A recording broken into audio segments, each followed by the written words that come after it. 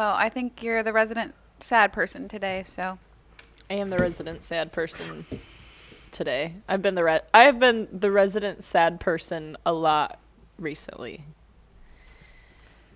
Honestly. Honestly, it is same. Honestly, it is same. That's what I said. Now you guys are just taking my stuff. So now she's sad and without anything. And without Now I'm the sad and quote. plagiarized. Honestly, same. Ooh, honestly, same. Honestly, same. Honestly, same. Honestly, same. Honestly, same. Honestly, same. Honestly, same. Honestly, same. Honestly, same. Honestly, same. All right. Let's get crying. What happens if we You don't? guys, I will definitely be crying this episode. You're going to have to turn on the tears. Well, if somebody else cries, you're then gonna have that's to gonna make fake me cry. it so that you fit in. Yeah. Oh, damn it. No one Because likes otherwise, to just be our sitting there when viewers are everyone gonna else is be crying. like, "Wow, Ross, Wow, way to not have emotions, asshole. made of stone. I also like that you think you're not going to cry because I think that you will cry easily. Yeah, I cry at anything. Like, I don't know I what think you've just been right thinking now, with the it. fact that we're not like in the midst of it, Yeah. Yeah. and like the pressure's on, I'm like, really what good- happens if I I feel don't? like I'm really good at making people cry with my emotions." Well, I mean, if anyone slightly cries, Oh, I will. cry. I will be like, it's not gonna be like a pretty little. Like, I'm gonna ugly cry. I guess that wasn't pretty anyway. It's not going to look beautiful like this. it's not gonna look this beautiful, like, but Like, like just so you guys know, man. it's not gonna look as amazing as that. yeah. Did we start the episode? Are we in it? I feel like we might be. I don't We're know. in too deep Unless to you guys go back now. Hey, everybody! Hi, friends. Welcome to a brand new episode of Honestly Same. My name is Ross, My name is Leah. I'm Brittany. and today we're gonna cry. A lot. Maybe, And you may too. Or who knows? potentially. Who knows? Let's see what the We haven't got episode into it brings yet. us. Yeah. We'll find out. We'll find Yes. out how many tears may or may not be shed by us and or you, yes. because this episode is all about grief. I would say this is probably the most difficult topic that we've talked about so far. I think it Like, will or at least turn out it's going to be like opening the doors to Yes. Yeah. the most difficult For conversation. sure. Because everything else is like, even if we talked about some difficult things in the last season I and don't think previous we've- episodes. I don't but- think we've gotten like emotional though. Like, I think we talk Yeah, about no. difficult things in a way that we make them positive, and we talk about them in a way that's like, oh, this is relatable, and like this is how we, whatever. But it's never been something, I think, where we got emotional enough that it was like, we have a moment about it. Which, like we were just talking about, I'm surprised I have not cried on this show yet. Brittany cries every episode. Yeah, I cry Well, like you during the have, opening. you have cried every single episode, every opening. That's true. Yeah, you cry as soon as we sit down. That's true. That is Well, very true. yeah. You're I'm the only just an one. emotional girly. I guess that's true. We'll Normally find out how emotional it's we are. laughing, crying, but Yeah. it's sometimes Crying still counts. it's yeah. Still yeah, counts. the tears Still are still counts. falling. We'll see how much sad cry we might get today. Well, we're hyping it up a whole bunch, so we might as I well just go ahead know. and dive in to see what I know, actually we're happens. stalling. I'm stalling. Yeah, also that. Yeah, we're probably just like, really hard subject. What if we just joked Actually about it a lot? So excited. Like, yeah. wow. I feel like that's guys, me so most of excited the to make time this being episode. like, oh, let's just not. I think we're going to start with like how grief looks for us and that it's in many forms. Mm-hmm. But I think that maybe like diving into why we are, the viewers and listeners don't know, but we're like kind of jumping ahead on our episode schedule Yes. and why we wanted to move grief up, because grief was originally like way later in the season. Yeah, so coming up on a month, it's been 3 weeks and a couple of days ago. Oh God, I'm already gonna start. Nick and I had to put our oldest dog down, Zima. Some of you have probably seen him on the internet. He was a little bit of an internet celebrity. Many people have seen him on Many the internet. people have yeah. seen him. He has brought joy to millions of people and millions of moments of joy to me specifically.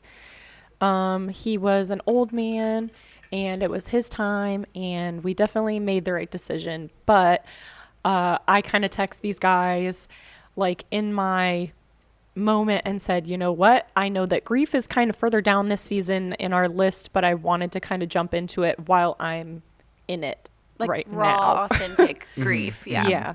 So I think grief, obviously, like you said, it comes in many forms, and we're going to talk about that for sure today. The biggest one, I think, for sure is loss, because loss is something that, you know, is so permanent. Losing somebody that, you know, you've been close with, whether it's a family member, a friend, somebody that's maybe more of an extension of those things, obviously a pet. I think it's so permanent that there's something, it's almost on a whole different kind of like tier. But we were also talking about discussing, grief comes, you know, in the form of loss, also in like relationships, you know. So a lot of people experience grief when they are, you know, going through a breakup, or, you know, if they have stopped being friends or had a big falling out with people that, you know, they considered to be close with at some point. So yeah, I think there's a lot of different forms of grief, but those are like the first two that come to my mind, because I think those are the two that are sort of like happening around me at the moment, because I actually had a cousin reach out to me. I've been very pitiful on the internet, and if any of you follow me, I'm sure you've seen it, because that's just how I handle my grief. But I had a cousin reach out to me who is going through a divorce right now, and so I know that's kind of something really difficult that he's kind of going through as far as like what he's grieving. So what other kinds of grief do you guys feel like are like the type of things where it feels like you have to go through just like that awful process of grieving? I mean, it's funny because nothing else comes to my mind other than what you kind of listed. Like that's because you can grieve the loss of anything, right? A friendship, Absolutely. I mean, not that this is what this episode is going to be about at all, but like I don't know, a business or career thing falling through. Like you can grieve the loss of like, oh, I thought I was going to do this with my life and now it's changed or whatever. But in my mind, whenever I think of grief, I think of like the emotional side of grief. Yeah. Like you can, I think you can casually grieve something, right? You can be like, oh man, that thing didn't happen, that didn't work out. Oh, I I'm lost my bummed. favorite shirt. Yeah. But I feel like there's those different levels of grief where it's like that amount of grief is very small. It's very short-lived, most likely, and you're not really hanging on to it. When I think of the word grief in general, I'm very much like, oh, it's like really intense. Yeah. At least for me when I think of grief, right? And like I think I didn't necessarily think about it in that sense until somewhat recent history, where Leah, you and I had a conversation about grieving a relationship. Yeah. And you were the one that kind of pointed out to me, you're like, well, you're in grief right now. Because I was like, why is this so difficult? Why is this so weird? Why am I like, yes, it's like you've lost something and that's a bummer. Yeah. But why am I so sad? And you were the one that actually Exactly. put the label on it of like, well, it's grief. You are grieving something. And that happens. Because I also think foolishly for a long time, when I would think of grief, I would only think of death. Yeah. I would only Most people associate do. that with death. Absolutely. Not so much just the loss of something, like mourning the loss of something. Yeah. So for me, like, I feel like when I think of grief, like those are the main things, like when there is that emotional tie to it. Right. 'Cause, like, Absolutely. yes, I can be bummed about a career thing falling through, but I don't know if I've ever like grieved necessarily. Yeah. You know, like Sat there and sobbed about it. yeah, like I think maybe the closest was when Josh and I, my video partner, like when we got robbed of like over $12,000 worth of stuff, and it was Yes. like, how are we going to come back from this? This sucks. But it was like, you know, it was like we were in shock for a week. Yeah, and but then, it wasn't like, hey, this is the camera my mom gave me before she died. Like it was like, hey, these are things and Yeah, it sucks. exactly, But but you it was didn't have an like- emotional attachment to those things. No, that it made was- actual. So, yeah. Yeah, it was like the personal grief of like, wow, this is really difficult. But it wasn't still even the loss of. It was like that grief was almost the potential loss of. It was like, does this set us Yes. back? Like, is there no point in continuing any of this? So it's like even before that, that was maybe outside of death. It's like the only other thing. You know what I mean? Yeah. And that's a very specific example, and I'm sure there's others. But like, Yeah. when I think about it in the moment right now, I would always just associate it with death. So Yeah. the fact that, yeah, grief comes in many different forms from many different things, I think is a big thing to like make sure we emphasize at the beginning of this. Because Yes. again, you shined a light on, oh no, yeah, you can grieve a relationship. Like that is a major Yeah. loss of something that impacted in an emotional way, and it's not there anymore. So you're in the grieving process. Yep. Yeah. So for me, I don't know if I've said it on this podcast, but I know I've said it to friends in like conversations that I always use the word mourning. I don't know why, but I always mourn everything when there's any change. So like Okay.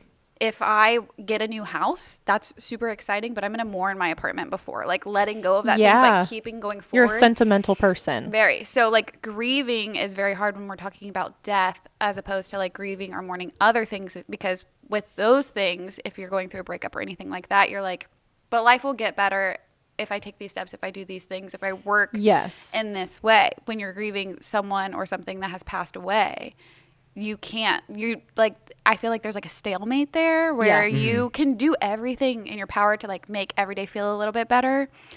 But for me, the biggest part of grief versus mourning, things like that, is I don't feel like I'm allowed to have a good time Yes. if I There's a should be guilt. grieving. Or, Yeah. Right. yeah. And that is, I think, the biggest thing for me, because I will not let myself feel better or get better. Yeah. Because I don't think it's fair, Mm-hmm. which is not true at all to No, whoever has I passed feel or whatever like that they think, you know. And I Right. think that everybody always says, well, so and so wouldn't want us to be crying and sad.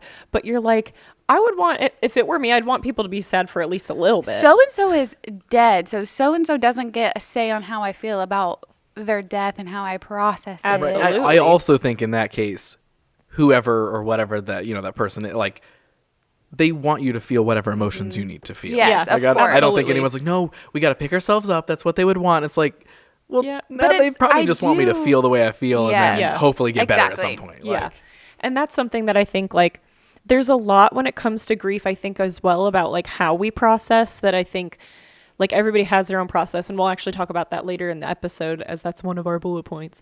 But I think that there's almost like a stigma around it of like, yeah, like, oh, this should be a celebration of their life at like a funeral. And it's like, yeah, but I'm still in the part where I'm not okay that they're gone. I'm not ready to give up Yeah. the life that just existed like And- yesterday or Yes. whatever. And the piece of me that lived within that person that is also now gone. Yeah. And like, you have inside jokes with people maybe, and then you're like, oh, like nobody else is going to understand this thing with me ever again unless I tell the story, of what happened. But even then it's like, now you you're had to sharing be a there. little piece Yeah. versus like the big, Exactly. the pie. yeah. I also, like, there's a part of me that does think that even though they're like two different, like, celebration and grief of like sadness and happiness or whatever, I almost think you can simultaneously do those things. Because I feel like Yeah. there's a lot of situations where I have felt both at the same time. Because like I'm also like insanely sentimental. So like any place I've moved out of, like I'll do like a sweep through the house. Touching the walls. And kind of- touching yeah. the door handle. Well, I don't know if I'm petting and caressing everything necessarily, but I'm kind of like taking in that like final moment of like, oh, there are a lot of things that I experienced here, whether they were good, bad, in between, everything. So like I'm also very sentimental in that way. And I think that like whether it's a death or a relationship or anything that is lost, I think you can simultaneously be like, wow, this was like great for what it was and when it was. But also I miss the fact that it is no more. yeah, and You know what that's I part mean? of the conflicting feelings that we have is it's like, there's an internal battle of like, oh, I had this thing or this person in my life and now it's gone or they're gone. And you have that thing of like, oh, like something for me that happened recently that like you said, kind of a simultaneous thing. I took a lot of videos and stuff of Zima not leading up to him going, like, of course I took stuff leading up to because I knew, but Right. like I remember saying like, okay, every night I would ball up my socks and he would come and collect them from me. Oh God, here we go.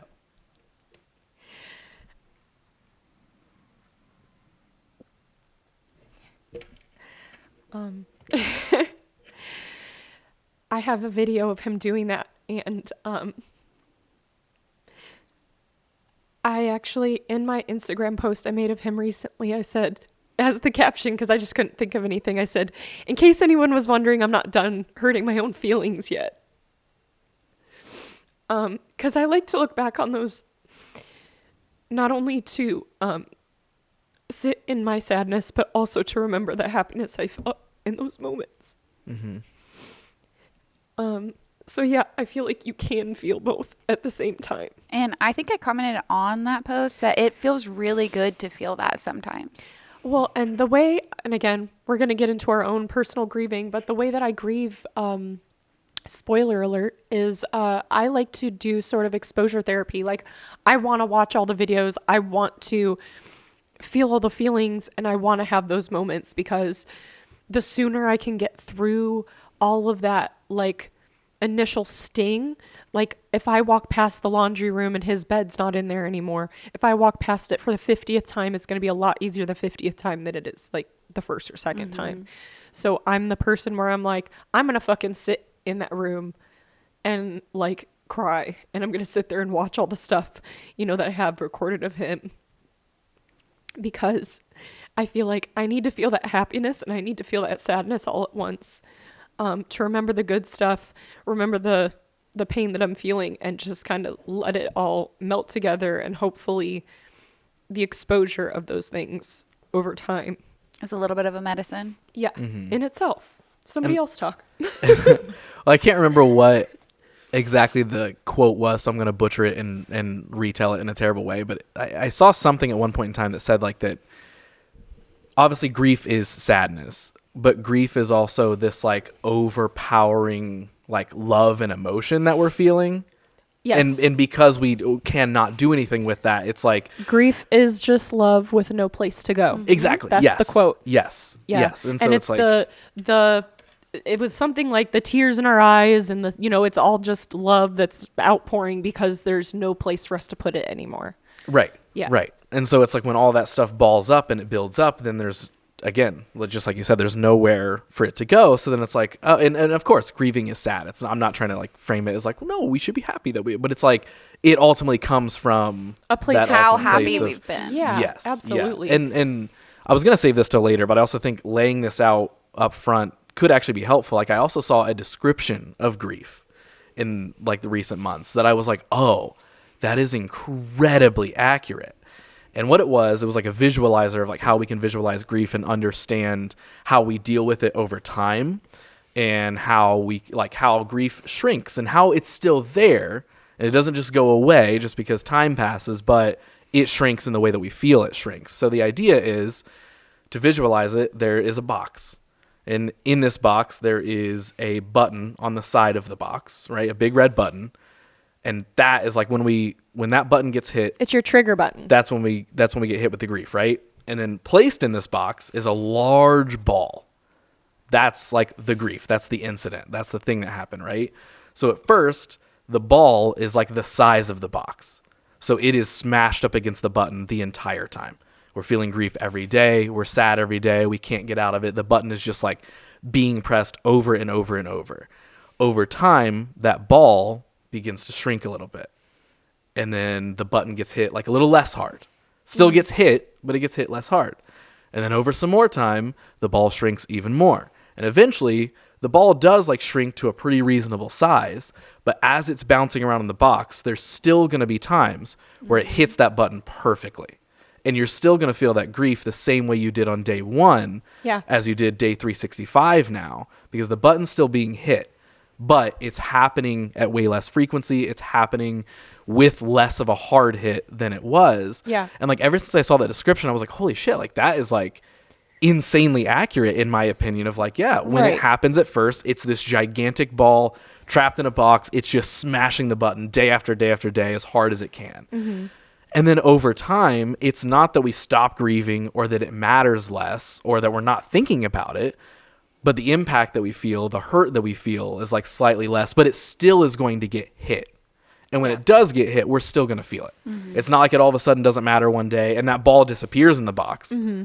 It gets less uncomfortable. Yes, Yeah. and it's still there. Mm-hmm. It's 100% going to be. That's why, like, years after something, like, there's been things that, obviously we have all experienced, but like in my personal experience, like stuff that has happened like years ago, that on a day-to-day basis I'll be rather okay with. Yeah. But that when that ball hits that button at that specific time of night, whatever it is, then the grief rushes back to the top of everything. That button has been hit. I like that. I'm grief. still- I I'm like still the little feeling ball button. Like, I like that. I feel lucky to have that. I feel lucky that I've had experiences that I end up Right. sad about because they were so good. Yeah.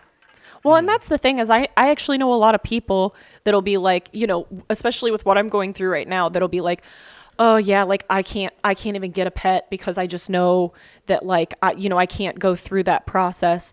And I'm like, in my brain, of course I'm like, yeah, because this fucking sucks. But also there's a part of me that's like, I would do it all Oh, over yeah. again. A million times over, because yeah, like right now this little snippet sucks, but like everything leading up to this was like worth it. You know what Yeah. I mean? And what I like about the box analogy is that it sort of implies like the grandiose of everything is that like, yeah, there's a lot happening and it just feels like all of this craziness, but like the only thing that really, really makes grief better is time. Yeah. Like you can be surrounded by people that love you and that support you through loss in tenfold. But You can't fill that hole with anything but time. yes, and not to mention like you can't make that ball shrink any slower or faster. You can't change. You put a Band-Aid on it for a couple hours, couple days. And that's the thing. A lot of people try to mask their grief with things like alcohol or, you know, by just like sticking their head in the sand sort of and pretending it's not happening. But like realistically, like especially when you're in it, you're like nothing anybody says is going to like hit you and you're going to be like, "Oh, wow, I'm all better now." You know what I mean? Right. Like there are certain things you can work through in that way, but grief is not one of them. You know what I mean? Like, and of course you want people to be like, "Oh my gosh, I'm sorry for your loss," or, you know, those types of things. It's just kind of like a gesture that's more about, you know, sending your condolences and feeling like, acknowledging the yeah, like thing sending that your was sympathy lost. Yeah. and that kind of stuff. So it's like, of course, like people should say like, "Oh, I'm sorry that this happened," and, you know, whatever. But I know a lot of people that go, "I never know what to say in those situations." And I'm like, honestly, it doesn't matter what you say because it's not going to make, in the grand scheme of things, it's not going to make a difference what you say because nothing that you say is going to Yeah. fix it. But the fact that you're saying something at all, that's the gesture. Like that's what people need. Yes. So I feel like that's the other thing is like, yeah, there's no like cure for it besides just having to wait it out and like letting that ball shrink down. And like you said, it'll still hit that trigger like just right every once in a while. But like knowing you have to kind of like grief is one of those things like you can't do anything about it other than go through it. Yeah. There are a lot of times where like we come across things in life where we're like, "Oh, I can solve this problem," but like you can't solve loss. And I think that that's like such a big part of it. Right, and that's the only thing you can do is live with it and wait for the ball to shrink, and Exactly. still acknowledge the fact that like, well, that button's still gonna get hit at some point. You know, that stuff's still gonna happen. Absolutely. Um, I want to pull up because I actually don't have the stages of grief memorized. I feel like I should have been reading this over the last couple of weeks, but I have not. fair. But I know we wanted to talk about the stages of grief as well from sources across the web. Great. Perfect. Because And I think, believe them. Yes. well, the funny thing is not the funny thing, but like if you're like going through like the typical, it's 5 stages. There are like 13 here. The Are there- subcategories, Are there bullet like points. are there Yeah, I was gonna top say there are 5? definitely. Let's go to the top 5. Yeah, because some of these it's like just different versions of it. Okay, so 5 stages of grief in order: denial, anger, bargaining, depression, and acceptance. Which I think it's interesting that depression comes before acceptance. You know what I mean? That feels like that feels like you kind of like go downhill to like rock bottom of being depressed, and then all of a sudden it's just like acceptance. Like that seems Yeah. that So seems it goes acceptance then depression. no depression then acceptance. Depression then acceptance. But you'd think, okay, you're in denial. So at first you're like, no, this isn't happening, or this isn't happening to me, or whatever. And then you're angry because you're like, why is this happening to me, sort of. And then bargaining, like, how do I make it so this isn't happening to me? And then I think then there's just depression, which is where you're at like kind of rock bottom, which I guess is a form of acceptance, because then you realize like, oh, there's no getting away It's from like the it. gearing up it's to like, acceptance. this So happened to maybe me. I guess that's why it makes sense. I just answered my own question. and then acceptance is kind of like figuring out how to move forward. Yes. And then in some, like, people also consider processing grief, because there are some of these there are like 5, and in some of them there are 7. So processing probably comes like after the denial. So denial, processing, anger. Okay, see, this makes more sense to me. Shock and disbelief, denial, guilt, anger and bargaining, depression, loneliness and reflection, and then reconstruction, which is the working through, and then acceptance. Okay. But they kind of put anger and bargaining in the same I think like, that's fair. thing Yeah. in that Yeah. one. But I feel like, yeah, the initial shock, I think, you're almost like, it is almost like before it hits you. You know what I mean? Like there's that initial shock of just like, oh, this happened, or like, But you it's- haven't processed that it's happened. Right. And I want to say sometimes that also comes in forms of like, maybe even before they're gone. Like, let's say we have a loved one who's like sick. For me, it was the like having to make an appointment for euthanasia for my dog. So I knew it was coming. Like, I know, okay, you know, Wednesday at 1:15 is when we are gonna like have this happen. And so in my head, I hadn't fully like gotten to the point of like being sad yet, because I was still in that shock and disbelief of like, oh, like it's gonna happen, but it hasn't happened yet, sort of a thing. And then yeah, the denial of like the first time, you know, you, I don't know, hear it, or when it happens, you're just like, you're like, no, maybe I'm dreaming. Like maybe I think our there's bodies try to like put us in survival mode absolutely. and kind of put you in like a dreamlike state to survive. Yeah. Well, and denial, I think, also is a big one for like the side of relationships when it comes to grieving a relationship. You know, you've got this denial of like, no, like it'll work out. Like maybe I can do something. And that's where I think you get into sort of like the anger and bargaining. There's also on the 7, I don't know if I actually if I said this one out loud, but guilt is part of it Yeah. as well. Because I think that there is a guilt that comes with loss, because it's like you said, you're like, am I allowed to like, you know, if you run into, let's say you go to a funeral for like a loved one that passed away, maybe you run into somebody you haven't seen in a while, you're catching up, you're talking about old times and you're laughing about something that happened, and you're like, oh man, I'm laughing at, you know, somebody's funeral. Like, And that's is this that's okay? the celebration part we were talking about. Like, it's Right. okay Yeah. to like. I think for me, when it comes to like the guilt of that, is like if I have a loved one that's passed away, specifically, I've had a lot of young people in my life pass away, and then people will like be sad, they'll attend the services, and then they just move on, and that's totally normal and okay. But in my body, I'm like, I've got to be like, I have to get through the like depression by itself. I don't know how to like feel a multitude of things. I feel guilt for being like, we're really going to go to the movies when so and so is in the ground. Yeah, absolutely. Right. Which like you should Yeah, I like feel that. the world does go on, but I'm like, I want to dedicate every waking moment until I can move past this, to letting them know that even though the world's going on, Right. I Moving. personally, yeah, like that. I identify that as just like needing space, like, but not needing space of like leave me alone, but like I want to give experiencing this moment the proper amount of space. yeah. Rather than like Yes. this thing happened, time to go do this thing. The only time I ever like, and this is one I can identify that I was like in shock about there, and it's like I personally feel like it's one of the weirdest things I ever did. Is I was the only time I've been at the hospital when a family member has passed away, like the moment. I was supposed to, it was back when I did live photography, and I was supposed to shoot a show that night, and I still went. And I know that even in the moment, I was like, I just need something to go do. I don't want to go home and sit. Yeah. Yeah. But I literally left the hospital, went and did a photo shoot. oh man. And like, and still like when people were like, how are you, man? I'm like, oh, like not that good. Like my grandma just passed away. And everyone's like, why are you here? And I'm Yeah. like, and I literally was like, I don't know. Like, I kind of don't know. It was because like that was supposed to be the normal part of my day. You know what I mean? Like Yeah. that was how my day was planned. Yeah.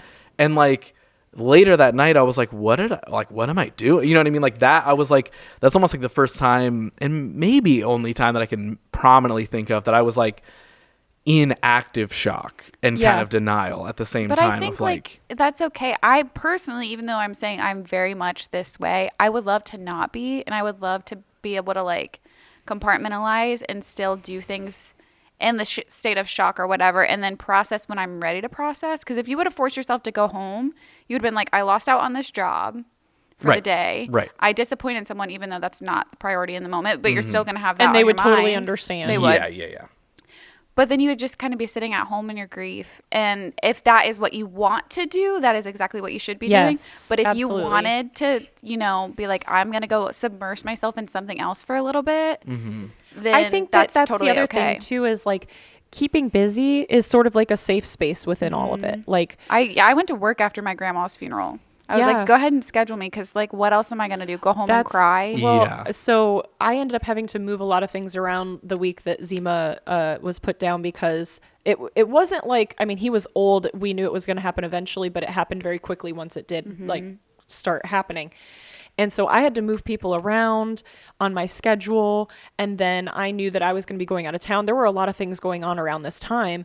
And I was like, if I move people around more than I already have, it's first of all just going to make me sitting at home thinking about this, which is not a bad thing, because, you need to process.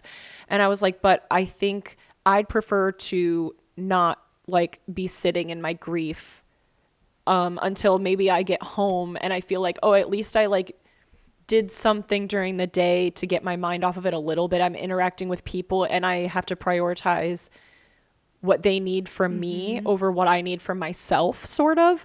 So it's almost like that people pleaser in me that's like, oh, if I go and I'm taking care of other people, I will simultaneously be sort of taking care of myself. Yeah. So I like the first thing that I did when we got home from the appointment was I was like, we have to clean I was like, we need to take his beds out. We need to vacuum. We need to like clean everything up and not have these spaces that feel so fresh. Yeah. And so we kind of cleared everything out. And then I was like, all right, I don't want to be in the house right now because it makes me feel sad. Let's take the other two dogs for a walk, and to PetSmart, we'll pick out some new toys for them. Try to make, some kind of like happy memory of this day as well. Yeah. And then we went to Cheesecake Factory, and I definitely was just like crying at Cheesecake Factory. Sorry to my waitress. But that's so therapeutic. Yeah. That's I just such a was safe like, day. yeah. And so we were really, then, we're like, we still don't want to go home. Let's walk around. We're in a fucking mall anyways, Cheesecake Factory. We're like, let's go walk around. We go to Bath and Body Works, and all the Halloween scents had been put out. And you're like, okay, well, maybe I'll just, buy something and, it'll be there and blah, blah, blah, and whatever. And then you have those moments to sort of almost, it's not a distraction, but it's something to think about that's not the thing you don't want to be like and you living can just in. connect it to the day that like was a really, really hard day, and then you get to Yes. say but X, Y, and Z. Yes. It's a sense of normalcy. Right. Because like if you were just going and shopping and going to the mall or whatever, and it's like Right. there'd be nothing, and of course, it's like yeah, I had to go home eventually, and I had to go to bed eventually, and I had nobody to give my socks to. Like it still hit, you know what I mean? But at least if I had a little bit of time that felt like I'm going through the motions of every day, it's almost like I'm forcing myself to have to still do everyday regular people stuff so that I can not fall into the grief, because I know myself well enough to know that I am the type of person that will fall into the grief and sit in it if I let myself. And I don't want to be sitting all day in my grief. I'd rather have a moment in the day, throughout the day or whatever, that's like sprinkles of it, like of course that button's going to be getting pressed throughout the day, but if I can have the button being pressed throughout the day versus me just sitting at home crying on repeat all day, then I'm going to definitely choose to try to like have sprinkles of it versus like a whole layer of it. Do you, and I know you said something like this earlier, of like, you've been sharing on social and all that sort of stuff. Like, do you guys, how much do you feel like you outwardly own your grief? Like, because I think a lot of people are like, something sad happened, I'm going to kind of bottle it up. And if somebody asks me how I'm doing or what's been going on, I'm going to really, really be in. I'm going to carry that denial phase very heavily. I will Right. put on. Yeah, I will never show anyone my grief because it's just Okay. really uncomfortable unless it's Zach. Okay. I'll cry all day. Sometimes I'll be put into a position with specific people that they're probably feeling the grief too or whatever, but I will just simply exit the scenario if I have posted on socials before, but I haven't in a long time as far as grief goes because I'm like it feels like I'm opening like a can of worms. Like Yes.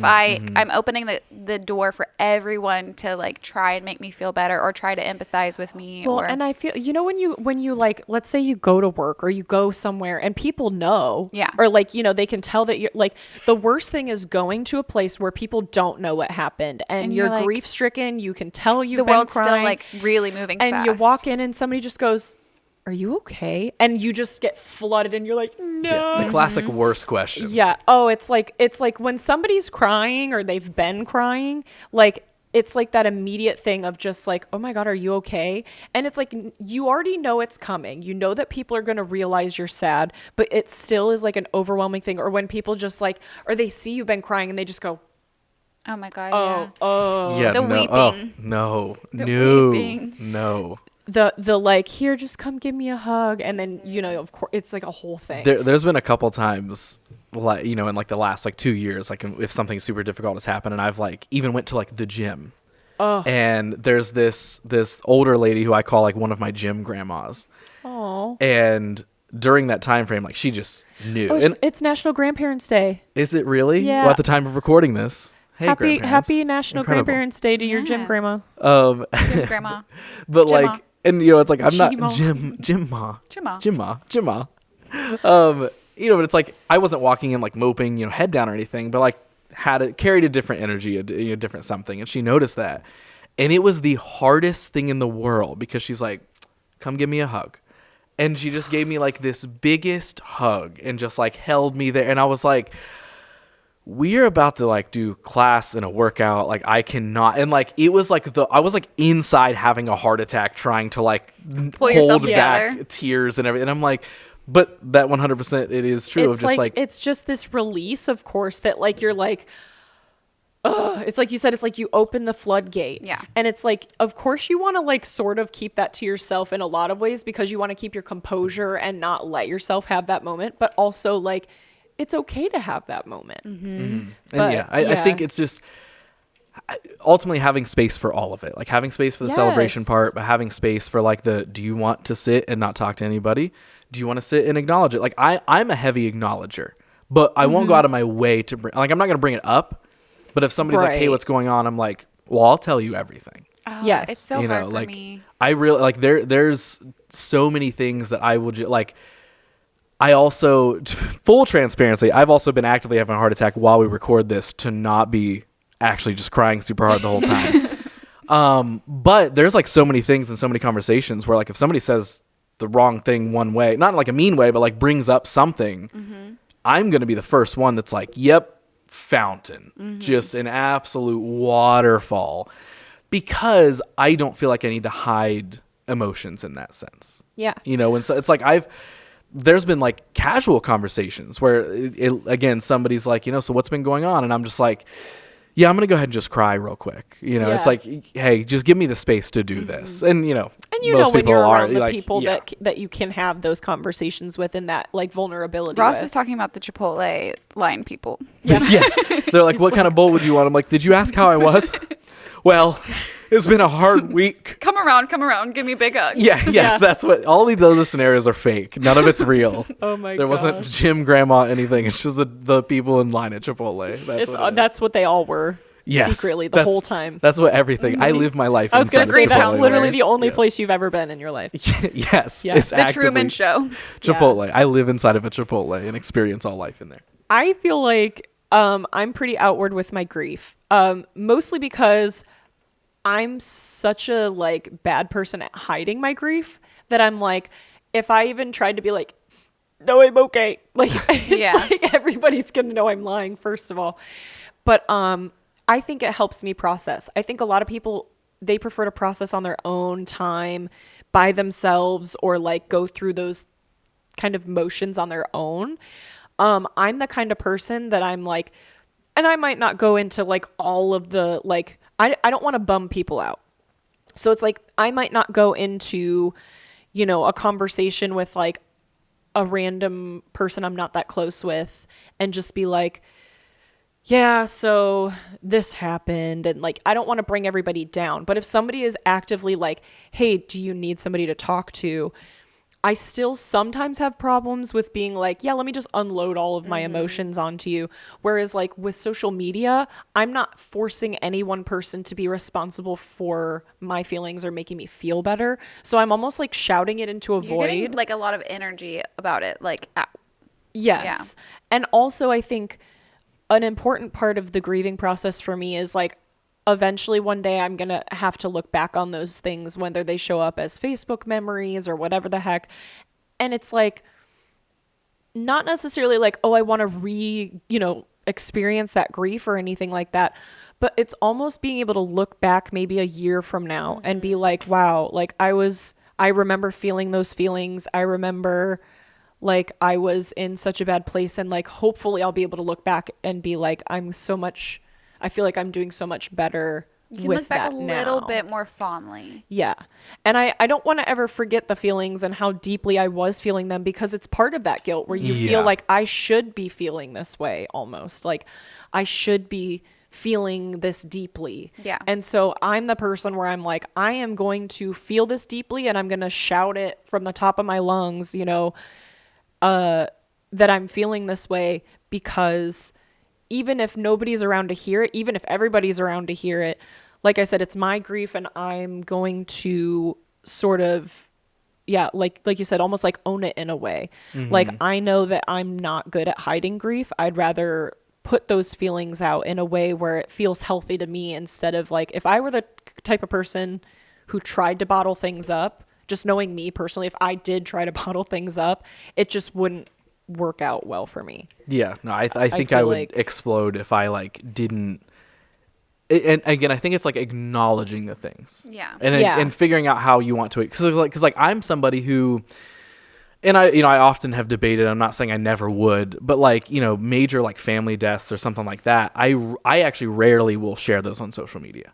Yeah. Right. I'm like, even if it's like a whatever. I'm like, this is a thing that I'm going to experience, and anybody within my world will know about it based off of when I speak of it or whatever. But I will like I'll like share the emotions I'm feeling in that moment rather than like the incident.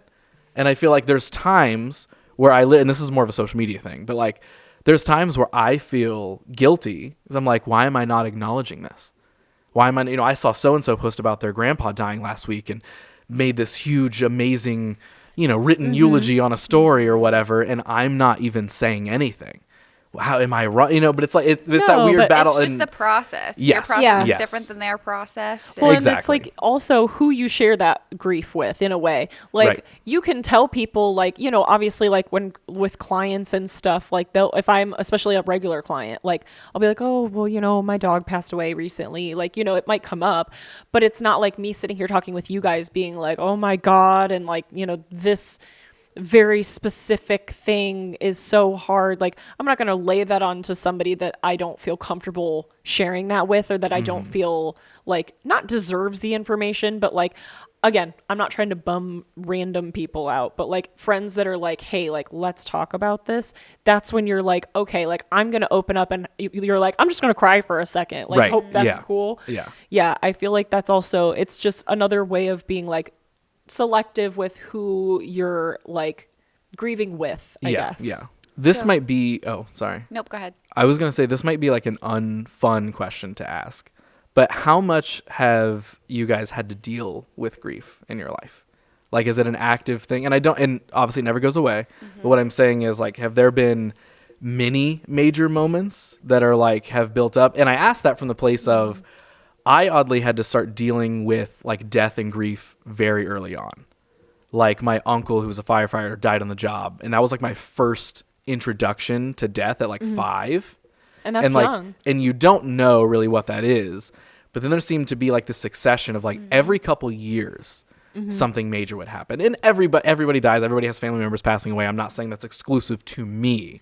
Yeah. But the way that I acknowledge grief, I can look back at my life and I can see very major chapters of grief. Absolutely. So that's more maybe what I'm asking is like, of course you guys have had to deal with death and breakups and friendship losses and all this sort of stuff that we grieve in different ways.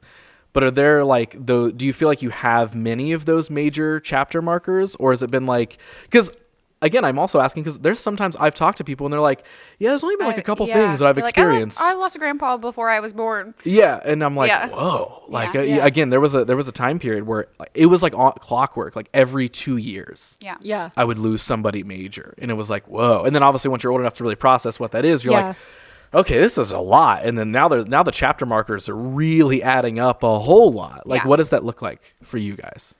So for me, my first like stint with grief was my grandpa, but I was really young. Like I didn't actually understand how to process death at that time.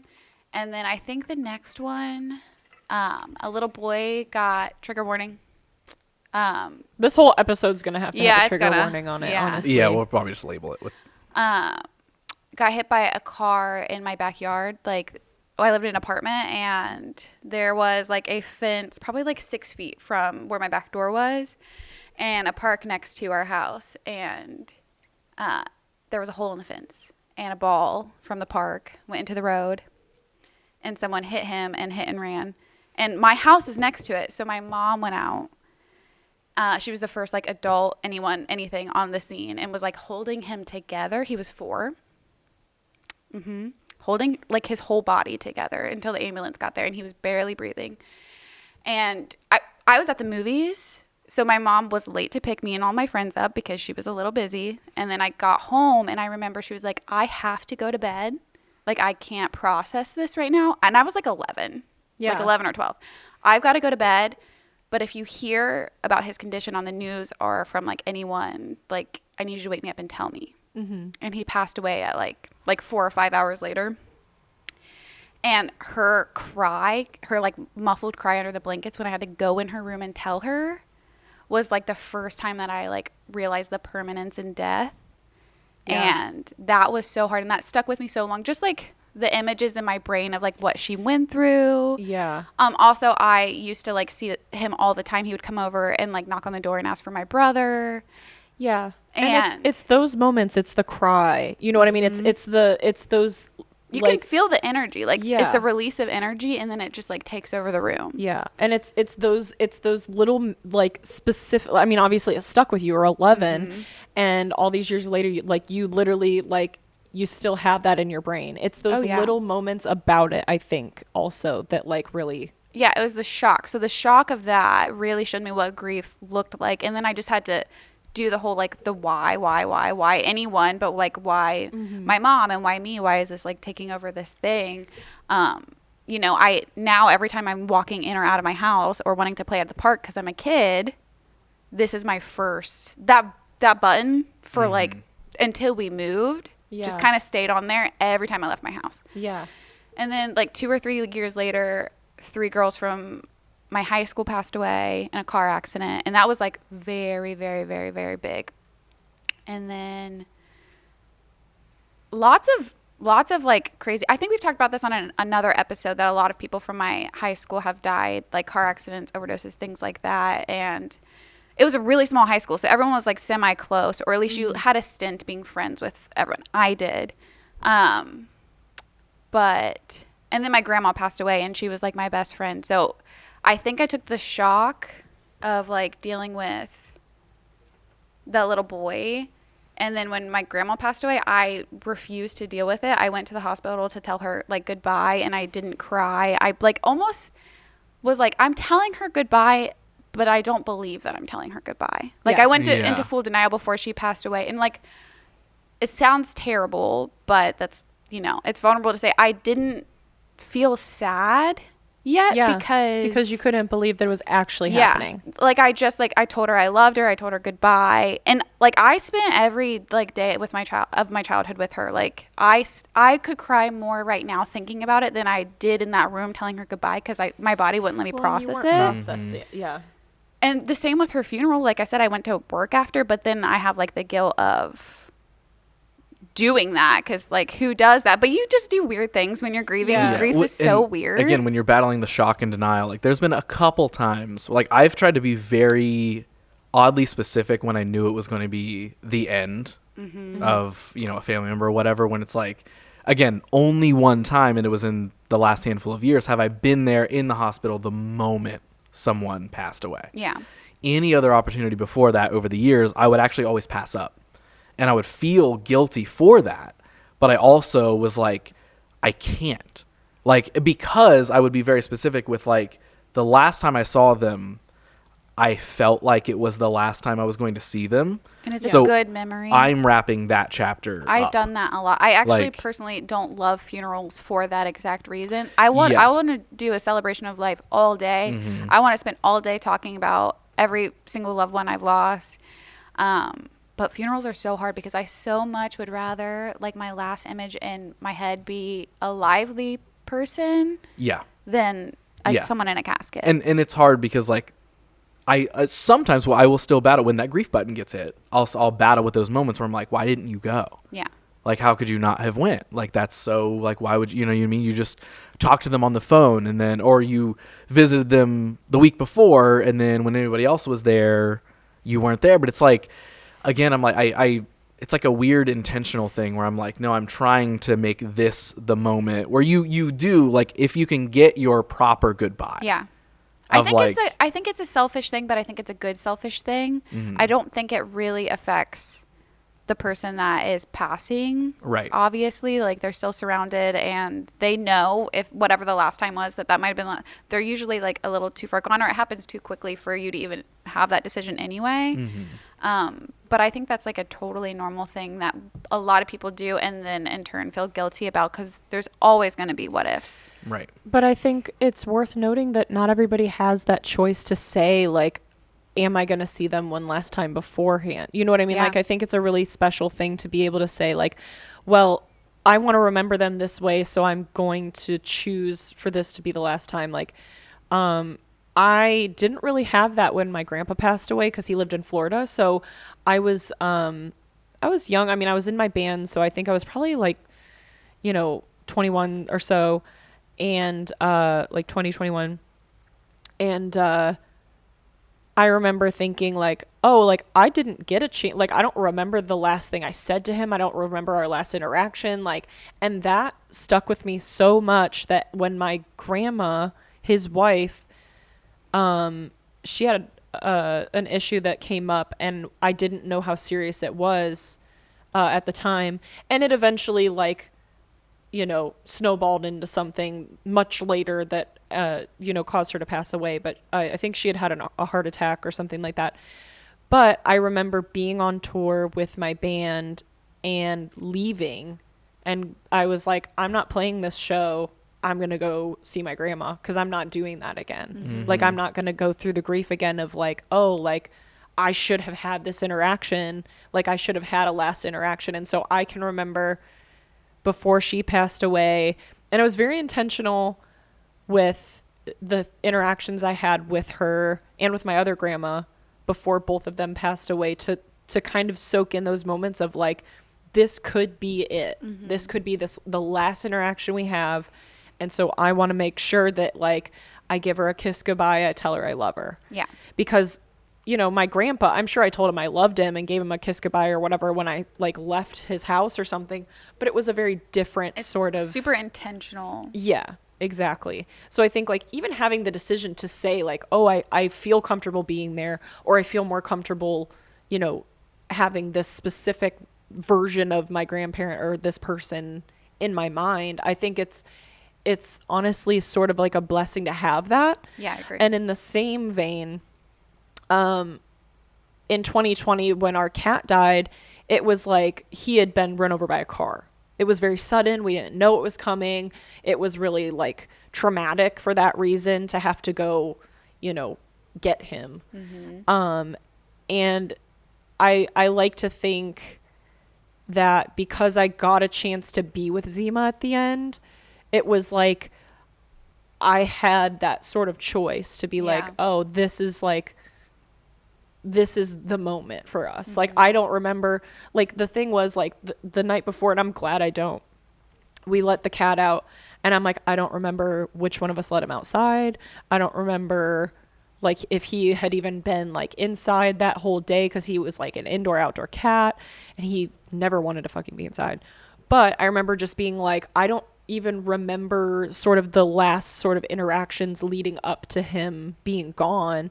Whereas with Zima, it was like we tried to make it so special. We got him a junior bacon cheeseburger and a Frosty.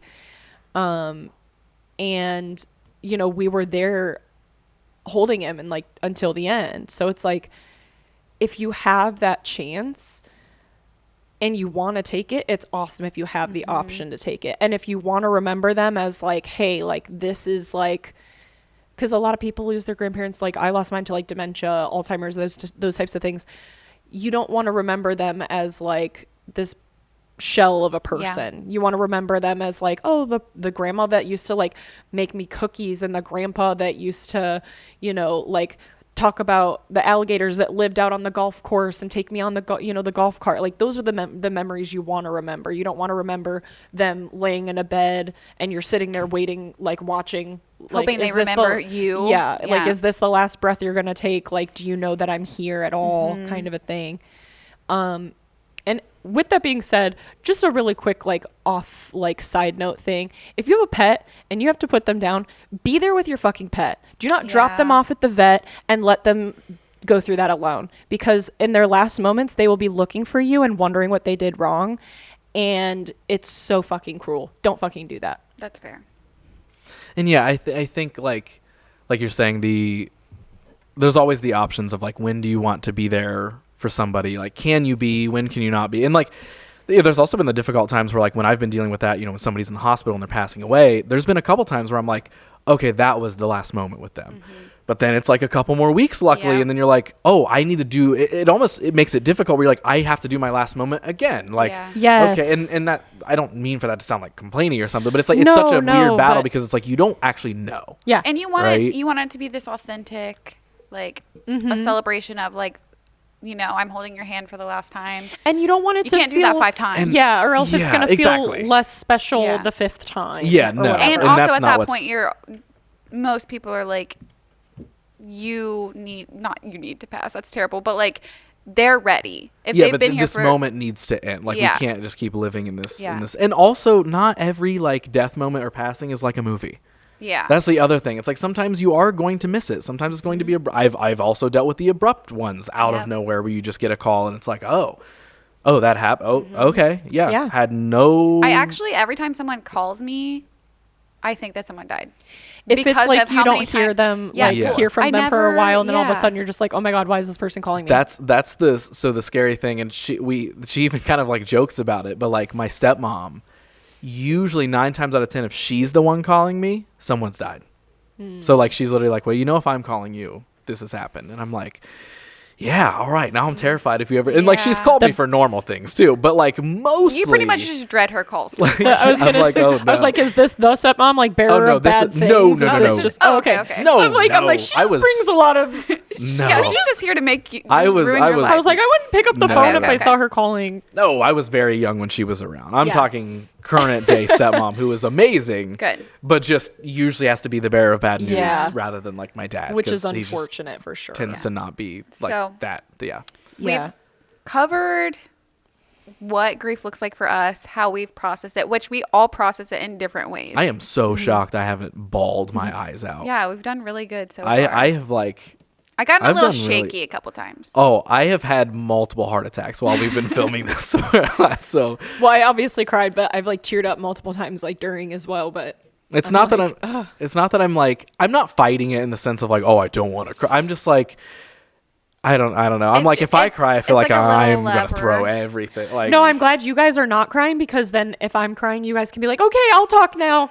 Yeah. Well, there's also been multiple times throughout this where I'm like, okay, I'm gonna share this story, and then like a volcano erupts inside of me, and I'm like, okay, maybe I shouldn't. Yeah, yes. That's the thing. That's the other thing is I'm like, that's why I'm like holding things in, kind of, again, not because I don't feel like sharing it. I'm an open book, but I literally am like, I don't know if I even could. Yeah, like, I think that we would end up reprocessing things. Yeah, I'm like, I'm going to start saying this story, and then there's going to be 5 minutes of dead air when I'm like, sorry, guys, you just go ahead and say something. Never mind. Forget my story. Once that upon I a just time. brought. Yeah, literally. And just like, and never mind. So, like, I've been, like, stifling myself this entire episode because I'm like, I don't know. Can you tell the story? Part, like, the biggest thing about grief, the thing that, like, keeps me going is the things that we have, like, pent up like this, that we're so lucky that we get to feel that, like, as humans, and just whatever, like, ball of energy we are, that we feel that much pain because of how good, like, life was with that person or animal or whatever. And that's knowing why I think how good it can be again. Yeah, Right. Because for that's sure. the thing too, is it's like, obviously you're not going to get the chance to have more grandparents or like, you know, things like that. But it's like, when you realize, like, obviously it's like grief, there is no light without the dark. Yes. Sort of a thing. And there's no replacing, like, the whole of whatever, but you can fill it with things that, like, make you feel better. And Sure. it's all about, like, just doing the same, like, I don't want to use the word reincarnation, but full circle, like, we're gonna keep grieving things that happen. Like, it's gonna happen our whole lives. We already know the only certain things in life, but I still just really think, aside from the very traumatic things, we're so lucky to get the moments where you get to, like, sit in the room that, you know, Zima slept in and stuff like that, and know he had such a good life that I'm so sad about his absence, because everything was so good with him here. Like, we're so lucky for that, even if it hurts so bad in the moment. Yeah, I think, and that's the thing. It's like the button of grief is always going to be continuously hit. Like, that is the thing. Like, the ball's going to shrink, but it's always going to get hit. And I do think, and when I say this, Guys, I don't got mean really big balls right now. She's like, there's like 7 balls in my big as the box. balls of this box. And I don't say this in the way of, like, everybody has to talk about it. Everybody has to, like, make these big magical moments out of, like, sadness. But, like, I do think that there's power in, like, owning your grief.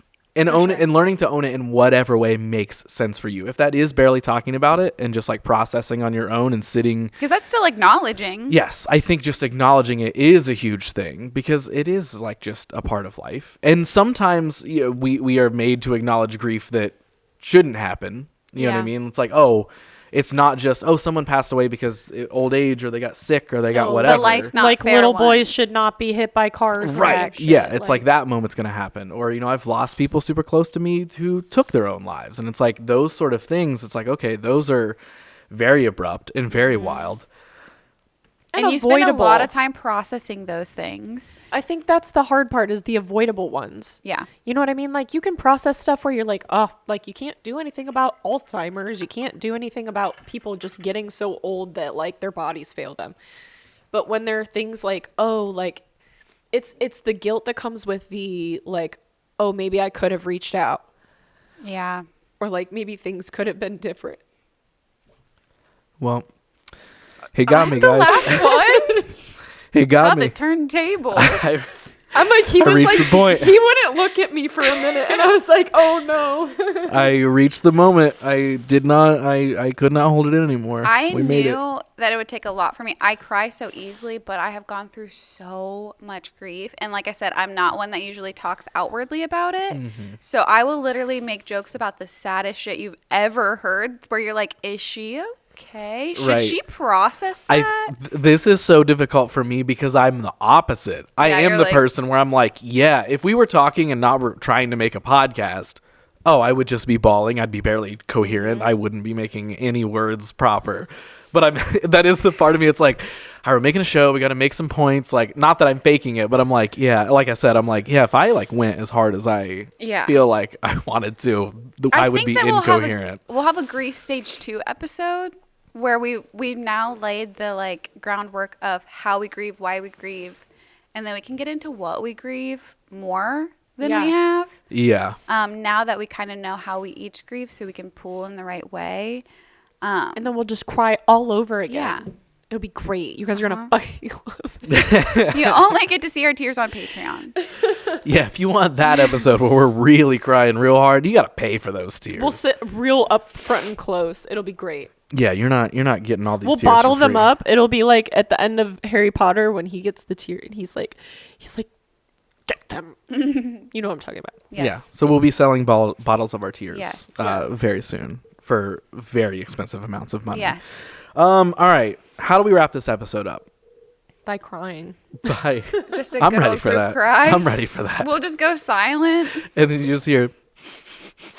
I could do that. I could absolutely do that. No, I think we leave off with a positive note, if possible. I think we've talked a lot about how grief affects all of us individually, but I think it's important to note, like you said, that the point of grieving in general is that we did experience really awesome things with really awesome people, and that, you know, we're grieving the fact that life was so good. And it's one of those things where you don't realize how good you've got it till it's gone. And so I think if you're not grieving right now, just soak in the moment for a minute, soak in every person that is close to you and all of the things that you care about, and realize, like, some things in life are temporary, most things in life are temporary, and the moment that you're living in is awesome for what it is, because you don't know what you might be missing tomorrow. Yeah, and I think my closing thoughts would be the acknowledgement of grief. I think is a major thing that a lot of people don't want to do. And even though the denial phase is a part of it, of denial of like what happened, I think when you can just be like, I'm not saying everybody has to cry and everybody has to go talk to everybody and tell everybody they're having a sad day, but like I do think most people feel like they're a burden. Yes. So they're not even afraid of the conversation. Right. And that's kind of what I'm saying. It's just like, just acknowledge it. Yeah. Own it. Own up to it. Own the fact of, because like I think that those are things that have helped me through grieving processes, is when someone just says you're grieving. Yeah. And that's okay. Yeah. Like that it's is okay to not feel be that. okay. Yeah. Yes, literally that cliche saying now. It's like Yeah. that is 100% true. It's like, know that it is fine to do that. You can be feeling the shock, the denial, the anger, the guilt, all the different stages, all the sadness, all the happiness at the same time, all this sort of stuff. But I think acknowledging those things and understanding, like taking it for what it is and just owning that. Yeah. Again, I'm not saying you got to wear your heart on your sleeve all the time, but I think acknowledging those things is huge, and just owning it and be like, okay, yeah, I need a grieving process, whether that's days at home sitting around, whether that's days with friends doing things to slightly distract myself, or just give me some joy-filled days so I'm not sitting at home. So like whatever grief looks like for you is probably how it should look. There's no wrong way to grieve. Exactly. And there's nothing wrong about grieving. Like, if you don't have to be like, I think there's all this stuff about, oh, like men don't cry, you know, those just stupid grieve how you grieve, and don't feel bad about how you grieve. Don't let anybody make you feel a certain way about how you're acting, like when it comes to your grief. Like if you are at work and you're crying, like have that moment, like dust yourself off, like have your moment. Yes. It's important. I'm going to reiterate what Leah said at the beginning of the episode. I feel just kind of immerse yourself in the grief and the good times, like in the middle of the grief, because I really feel like it's the catalyst of like breaking through like the sadness of it, because we are only left with the memories. So utilize them kind of like as a weapon against the grief. So again, back to your closing statement is like, make those memories now so you have them when time does what time does. Yeah, absolutely. I feel like later tonight I am going to cry so hard. I'm going to go home and be like, Zach. Because now everything is boiled up to the top of me, and since I didn't release it, I know I need to. Yeah. So yeah, tonight probably gonna have a real good cry session. That's good. Crying is so good for us. Yeah, own like crying. It's like watering ourselves. I know people who are like, I never cry, and I'm like, that's fine. I'm not saying you have to, but I'm the exact opposite. I'm like, dude, there's probably like once a week where there's just like a moment where I'm just like, yup, let's just feel it. I cold turkey quit Lexapro, so I cry right now like 6 times a day, like genuinely, and obviously that's not healthy. But it also feels good because it's my body like re-regulating like genuine feelings that I have. And instead of being like angry and bottling things up, I'm like, oh, this makes me really upset, and I'm going to move through this right now, and then I'm going to like move on from it. Instead of being like, I don't know why I would feel that way. I'm just like, I'm really sad right now. I sit in it for a couple of minutes, figure out what it is, and then like kind of move myself out of it. Yeah. Man, and you didn't cry once during this episode. I have one last thing now that I'm thinking about it too. It's kind of like in the same line of like make your memories and all of that stuff. There was a quote that I saw recently, and of course it was like when I was already grieving, and I'm just like, "Ugh." Everything always hits like that. Yeah. So there was some type of Facebook post, I think, I can't remember, and it was this guy, and he said, I was talking to my coworker, and his wife had passed away suddenly, and he was talking about how just the other day she had like asked him to stop at the store for milk on the way home, and he was thinking about like, oh, I have to go do this thing, and now he's like looking back and being like, just like go get the milk. Yeah. Just like do the thing. Like, because there are things for sure that there were moments for sure where like Zima would do something in like his old age and his stubbornness and stuff where like Nick or I would just be like, oh my God, like we can't get through one episode of a show because he has to pee every 5 minutes.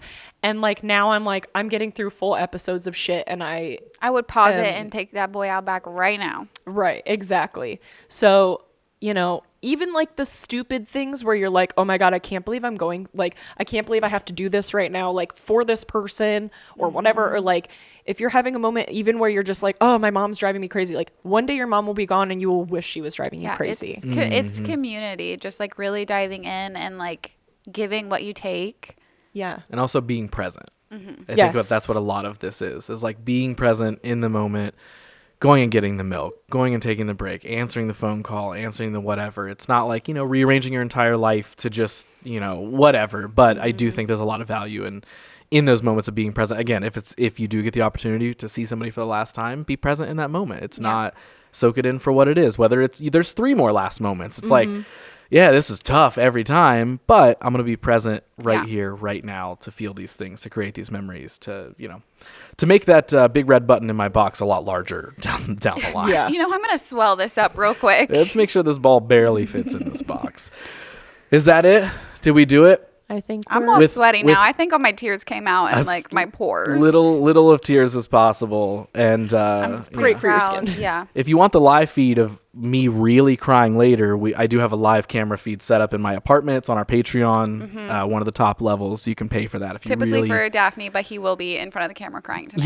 Yes. So if you want to see all the tears that I held in during this episode for some reason, released later, subscribe to the Patreon. Special thanks to our onion cutter in the background. Yeah, helped us That's really been what it's been. fake our way through this episode. We're not this emotional.